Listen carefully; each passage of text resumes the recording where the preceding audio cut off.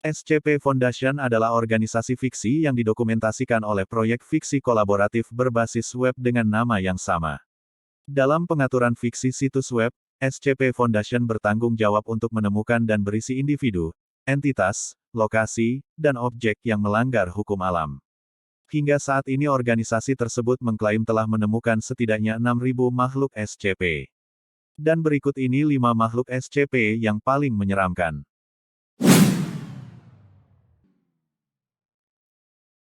1. The Gate of Guardian atau SCP-001. Makhluk SCP yang pertama diberi nama SCP-001 atau The Gate of Guardian. Makhluk aneh yang satu ini dilindungi dengan prosedur keamanan paling tinggi dibandingkan dengan makhluk SCP yang lain di dalam SCP Foundation. SCP-001 adalah entitas humanoid, yang tingginya sekitar 700 hasta, memiliki sepasang sayap yang bercahaya, membawa sebuah senjata yang dipercaya adalah sebuah pedang yang digunakan untuk menjaga sebuah gerbang, yang dipercayai adalah gerbang akhirat, dengan posisi berdiri namun kepalanya menunduk ke bawah seperti orang sedang berdoa, yang lokasinya sangat dirahasiakan oleh organisasi, namun banyak orang yang percaya bahwa lokasinya ada di dekat persimpangan Sungai Tigris dan Efrat. Memang tidak ditemukan data yang lengkap tentang makhluk ini, karena memang risiko untuk menyentuhnya saja belum terbayangkan akal manusia normal dalam keseharian, bahkan para peneliti hanya bisa mengawasi makhluk ini dari jarak 10 km, untuk memastikan makhluk ini tetap dalam keadaan tidak aktif. Jarak 10 km disebut juga sebagai lokasi Site 0 yang keberadaannya hanya diketahui oleh sang SCP Administrator saat ini dan single mandor tingkat agen Iman Ibrahim O5-14 yang ditugaskan untuk memantau SCP-001 dari situs 0. Sampai sekarang memang belum ada tempat yang pasti tentang keberadaan makhluk SCP ini, tempat tinggal SCP-001 juga masih dirahasiakan. Organisasinya sendiri juga tidak berupaya menahan gerakannya, tapi mengawasi dari jauh kalau SCP-001 sewaktu-waktu aktif. 2. Baiting atau SCP-957. SCP-957 adalah entitas humanoid, manusia buatan, yang sampai saat ini berada dalam sebuah rumah yang dirahasiakan, untuk menjaga agar subjek tidak mendekati manusia sebagai keamanan. Organisme langka ini memiliki tinggi sekitar 2 meter dengan berat 75 kg dan tampaknya dari data yang didapat, objek tidak memiliki organ internal, seperti yang diamati melalui lubang besar di badan ventralnya. Selain itu, SCP-957 tidak memiliki persamaan layaknya manusia normal, karena subjek tidak membutuhkan makan ataupun tidur. Dari data yang berhasil dikumpulkan dapat disimpulkan bila SCP-957 mampu untuk berinteraksi dengan menggunakan bahasa manusia normal, bahkan berada di tahap fasih layaknya manusia yang beradab seperti seorang bangsawan, akan tetapi subjek lebih memilih untuk berbicara menggunakan bahasa yang belum diketahui. Kemungkinan bahasa yang digunakan akan mengungkap banyak makhluk humanoid sepertinya. SCP Foundation sedang mengembangkan bahasa yang digunakan. Meskipun SCP-957 tidak menunjukkan gejala bermusuhan namun SCP-957 tidak pernah menerima wawancara atau pengujian tahap safety yang ditawarkan oleh Sub-Foundation. Hal ini pernah diungkapkan di mana SCP-957 menulis di sebuah kertas, bahwa apa yang sedang menahannya sebenarnya tidak berarti apa-apa baginya, yang berarti secara gamblang subjek sudah memberikan clue bahwa apa yang dibangun oleh SCP Foundation untuk menahannya sebenarnya bisa dimusnahkan bila SCP-957 mau. Kekuatan yang dimilikinya belum diketahui karena masih dalam tahap perkiraan. SCP-957 memiliki ketertarikan yang sama pada sebuah bangunan dengan satu orang penghuni. Di mana, apa yang dilakukan olehnya semacam hipnotis namun langsung menyentuh ke pusat memori dari korban. Korban akan mengalami kebutaan yang berkepanjangan, di mana dia tidak akan mampu mengingat atau melihat dalam kurun waktu sekitar 4 jam, di sini SCP-957 akan melakukan andil, seolah memasukkan memori baru, bahwa dia SCP-957 akan terlihat seperti seorang yang dikenal, seperti keluarga, saudara atau apapun itu yang membuat korban terhanyut dalam sistem kebutaan yang permanen dalam statistika otak. Setelah itu, SCP-957 akan terus-menerus memantau korban, di mana pada fase ini, tim khusus dari SCP Foundation tidak akan bisa menembus pertahanan yang dibuat oleh SCP yang bila diteliti semacam mengeluarkan zat asam yang sangat berbahaya, bahkan zat ini belum dikenal sama sekali. Dalam grafik rekaman, SCP-957 seperti berkomunikasi dengan korban, mengatakan sesuatu dengan bahasanya yang aneh, namun korban tampak mengerti. Perlahan perubahan mulai terlihat, di mana SCP-957 mulai mencabik-cabik tubuh korban, memisahkan bagian-bagian organ dalam kemudian melumurinya dengan air liur dalam bentuk cairan berwarna hijau, dan diakhiri dengan SCP-957 yang tersenyum menatap kamera, dengan tubuh korban di sampingnya yang tidak dimakan. SCP-957 memiliki tingkatan bahaya yang lebih tinggi, ketika dia mengasumsikan dirinya dalam fase tumbuh. SCP-957 sampai saat ini, menjadi salah satu kunci untuk mengetahui SCP lain yang kemungkinan terlibat. Korbannya sampai saat ini, menjadi rahasia pihak SCP Foundation.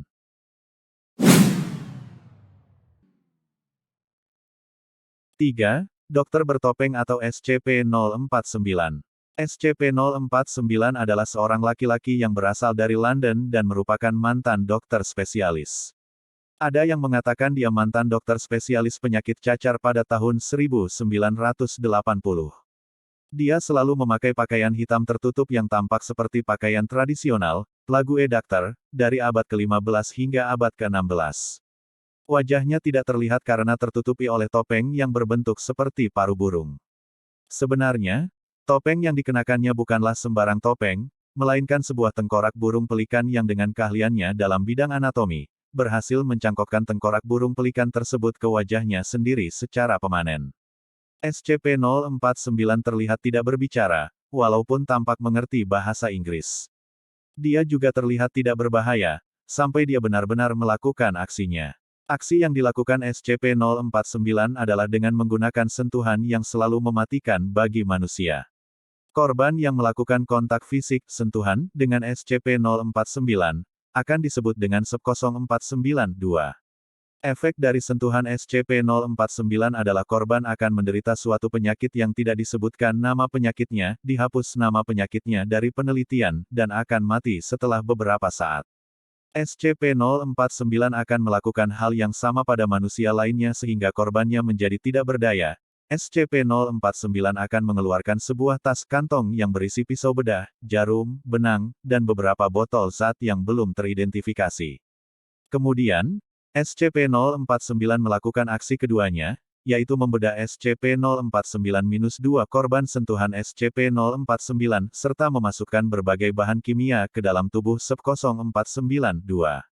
Setelah aksi keduanya yang berlangsung selama 20 menit, SCP-049 akan menjahit tubuh SCP-049-2 kembali dan akan menjadi tenang dan diam kembali terlihat tidak berbahaya. Setelah beberapa menit, SCP-049-2 akan bangkit dan hidup kembali. Akan tetapi, SCP-049-2 hidup seperti tanpa fungsi otak dan akan berjalan tanpa tujuan sampai bertemu manusia lain. Ketika bertemu manusia, adrenalin dan tingkat endorfin SCP-049-2 akan meningkat hingga 300% untuk membunuh dan menyiksa manusia yang ditemukan itu. SCP-049 ditempatkan di dalam sel khusus dan tidak dikeluarkan dari selnya kecuali disetujui oleh staf keamanan tingkat 2 atau personil yang lebih tinggi. Selain itu, sebelum dikeluarkan SCP-049 harus dibius terlebih dahulu. Pada saat seperti itu, SCP-049 harus diseret keluar oleh dua penjaga bersenjata yang dipandu oleh kerah besi dan diamankan dengan tiang besi sepanjang 2 meter serta dipegang kuat-kuat oleh dua penjaga tingkat 1 atau personil yang lebih tinggi saat dalam perjalanan.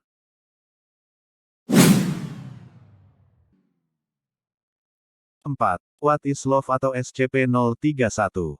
SCP-031 adalah organisme berbentuk amorfous dengan berat 75 kg, mampu bergerak dengan kecepatan 3 km per jam dan biasanya akan meninggalkan jejak berminyak saat dia bergerak. Kulit yang ada di dalam makhluk ini sama seperti layaknya otot pada manusia, lengkap dengan jaringan epidermisnya. Keunikan lainnya yang dimiliki oleh SCP-031 adalah dia mampu menghasilkan intonasi nada suara berbahasa yang baik layaknya manusia normal, meskipun tidak diketahui dari mana dia menghasilkan suara itu mengingat makhluk ini terlihat seperti gumpalan urat dan otot. Setiap orang yang melihat makhluk ini akan mengalami masalah pada gangguan matanya, dalam hal ini pandangannya karena makhluk ini memiliki pengaruh yang menipu, sehingga setiap orang yang akan memandangnya akan terlihat seperti melihat seseorang yang spesial yang pernah dia kenal, seperti kekasih atau cinta pertama yang sudah lama dirindukan. Tidak jarang setiap korbannya akan tertipu dan mulai mendekati makhluk ini untuk masa romantisme. Menurut catatan, makhluk ini mampu memvisualisasikan dirinya dengan korban, sehingga mempengaruhi bentuk tubuh, tinggi serta jenis kelamin, tergantung dengan korban yang memandangnya. Orang yang sudah terpikat dengan pengaruhnya, maka akan mengira siapapun yang ada di depannya benar-benar cinta pertama yang sudah lama dirindukan, tanpa berpikir lebih jauh, karena ini bersifat memikat, seperti seseorang yang jatuh cinta untuk pertama kalinya. Visualisasi yang mampu diciptakan oleh SCP-031, benar-benar luar biasa, karena mampu menirukan mulai dari bentuk tubuh hingga intonasi suara, hingga yang lebih jauh adalah kebiasaan dari objek yang sedang dia tiru. Makhluk ini tercatat sebagai SCP-031, yang kini tertahan di Site 77 Zona B, yang sudah terjamin keamanannya. Siapapun yang akan berkomunikasi dengan SCP-031 harus menggunakan prosedur alat komunikasi berupa intercom, sesuai standar keamanan yang sudah ditetapkan, dan juga ruangan tahanan harus dibersihkan setiap minggu dengan menggunakan kacamata termal khusus untuk mengurangi efek visual yang mungkin akan dilakukan oleh SCP-031. Meskipun korban terpengaruh dengan kemampuan dari SCP-031, akan tetapi SCP-031 akan terus menolak bentuk hubungan yang lebih jauh seperti perkimpuan atau hubungan yang mengarah pada seksualitas. Hal ini didapat dari penuturan korban yang berujung pada kekerasan yang terjadi di sebuah hotel, yang berlokasi tepat di depan gedung SCP Foundation. Tim pengawas dikirim untuk segera mengamankan lokasi, dan menetralkan keadaan. Meskipun pada awalnya tim pengawas juga terpengaruh dengan bagaimana SCP-031 menciptakan visualisasi yang sama, hingga salah satu tim pengawas meminta foto untuk bisa berciuman dengan SCP-031, tim lain segera mengambil gambar, dan itu membuat semua tim tersadar akan tindakan gila mereka dan segera mengelandang SCP-031 ke ruangan khusus.